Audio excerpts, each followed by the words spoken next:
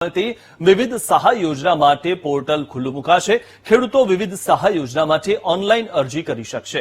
www.ikhedut.gujarat.gov.in portal ખુલ્લું મૂકવામાં આવશે. 2024-25ના વર્ષ માટે સહાય મેળવવા ઈચ્છતા ખેડૂતો માટે પોર્ટલ શરૂ થશે. જિલ્લાવાર અલગ અલગ દિવસે 7 દિવસ માટે પોર્ટલ ખુલ્લું રહેશે.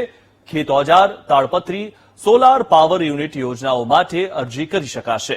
પાઇપલાઇન પાક સંરક્ષણ સાધનો માટે અરજી કરી શકાશે.